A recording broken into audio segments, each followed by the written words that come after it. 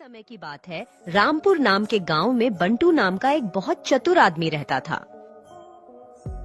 बंटू इतना चतुर था कि हर कोई उससे बचता था, पर फिर वह सबको धोखा देता था। गांव में कोई ऐसा नहीं था जो बंटू को धोखा दे सकता। एक दिन जब श्यामलाल और राम प्रसाद दोनों बड़ के पेड़ के नीचे बैठे थे, बंटू वहां से गुजर रहा था। क्या तुम इस बंटू को देख रहे हो? दरअसल मैंने पूरे गांव में उससे ज्यादा चतुर कोई आदमी नहीं देखा है। यहाँ तुमने उसे ग्राम के पेड़ पर चढ़ा दिया है। अगर वह मुझ पर चाल चली तो मैं सहमत हो जाऊंगा। हे भाई, तुम उसके मुकाबले कुछ नहीं हो। हे, तुम मुझसे क्या जानते हो? उनके जैसे बड़े लोग भी मेरी सेवा में रहते थे। खैर, अगर ऐसा है तो उसे धोखा दो और फिर मैं सहमत हो जाऊंगा। हाँ, क्यों नहीं, लेकिन अगर मैं उसे धोखा देता हूं तो तुम मुझे 50 रुपए दोगे। हाँ, क्यों नहीं, लेकिन अगर इसके बजाय वह तुम्हें धोखा देता है तो तुम मुझे 50 के बजाय 200 रुपए दोगे। हाँ, मैं सहमत हूँ। राम प्रसाद अपने घर जाकर बंटू को धोखा देने की योजना बनाना शुरू करते हैं। उसी समय राम प्रसाद की पत्नी शीला वहां आती है और राम प्रसाद से बात करती है। तुम इस गाय को किसी को क्यों नहीं बेचते? वह अब दूध नहीं देती और यह बेकार है। इसे अनावश्यक रूप से क्यों पालोगे? हाँ, तुम सही कह रही हो। मैं इसे कल ही बेच दूंगा। हाँ, लेकिन कौन खरीदेगा? बस देखते रहो। अगले दिन राम प्रसाद अपनी गाय गौरी को लेकर बड़े पेड़ के नीचे बैठ जाता है, जहाँ श्यामलाल भी होता है। फिर वह जोर से चिल्लाता है, अगर किसी को गाय चाहिए तो ले लो, मैं इसे कम कीमत पर बेच रहा हूँ। बंटू वहाँ से गुजर रहा था और सिंह राम प्रसाद के बाद रुकता है। अरे भाई, क्या हुआ? तुम अपनी सुंदरता क्यों बेच रहे हो? असल में उसकी गाय? अरे तुम चुप रहो, मुझे बोलने दो। अरे भाई बंटू, मुझे वास्तव में पैसे की सख्त जरूरत है, इसीलिए मैं इसे बेच रहा हूँ। हमारे पास इतनी शानदार गाय है, मैं क्या कह सकता हूँ? अरे भाई बंटू, ये बहुत दूध देती है। ठीक है, वैसे तुम अपनी गौरी कितने में दोगे? 500 रुपए। यह बहुत ज्यादा है। अगर तुम इसे 200 रुपए में दोगे तो मुझे बताओ। ठीक है भाई, बस इतना ही दे दो, वरना मैंने अपनी गौरी कभी नहीं बेची होती।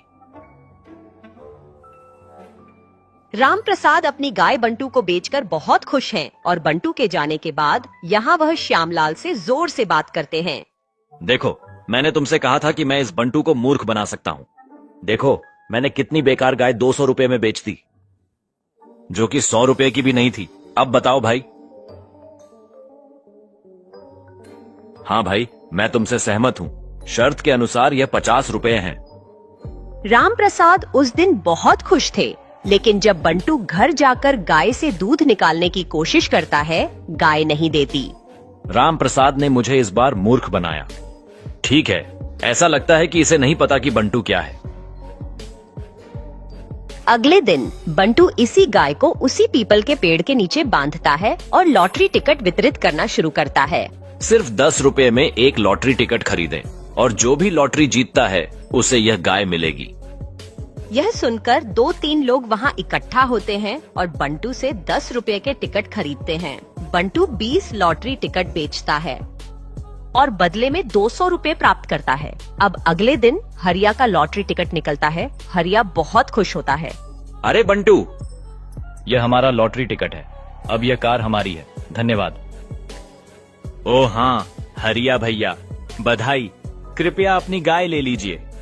हरिया अपनी गाय को घर ले जाता है, लेकिन जब गाय दूध नहीं देती, अगले दिन वह गाय के साथ वापस बंटू के पास आता है और उसे बताता है, अरे यह गाय तो दूध भी नहीं देती। यह पूरी तरह से बेकार गाय है। मुझे गाय नहीं चाहिए, यह कायम नहीं है। मैं इसे क्या करूंगा? अरे भाई, नाराज मत हो, अपना 10 रुपए वापस ले लो। हाँ भाई, अब चलें? बंटू बानस के पेड़ नीचे गाय के साथ खड़ा होकर वही काम करता है। रोजाना 100-200 रुपए कमाता है।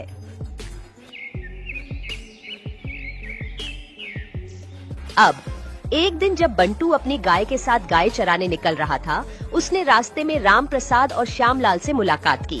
अरे बंटू, क्या हुआ? इसे टहलाने ले जा रहे हो? मैं इसे टहलाने नहीं जा रहा हूँ, बल्कि पैसे कमाने। इस गाय से पैसे? कैसे भाई? हाँ भाई, ये काम बहुत अच्छा है।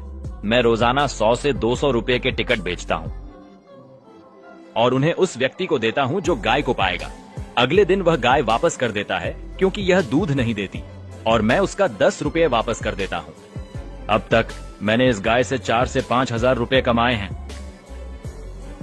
हाँ भाई, अब मैं अन्य गांवों के लोगों को बेवकूफ बनाने जा रहा हूँ।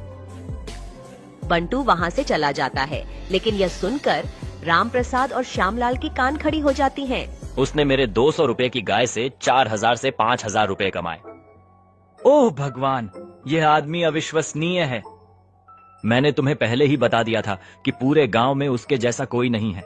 देखो, उसने तुम्हारी गैर दूध देने वाली गाय से कैसे पैसे कमाए। भाई तुम वाकई ठीक कहते हो। पूरे गांव में बंटू जैसा चालाक आदमी कोई भी नहीं है। उसे बेवकूफ बनाना संभव ही नहीं, नामुमकिन है। हाँ तो भाई, शर्त के मुताबिक अगर देखा जाए तो तुम मेरी शर्त हार चुके हो। तुम बंटू को बेवकूफ नहीं बना पाए।